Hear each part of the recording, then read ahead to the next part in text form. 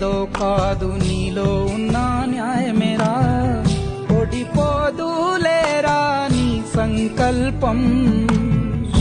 ఏ సాయం లేకున్నా నీ తోడు, ఒంటరిగా అందరికై పోరాడు.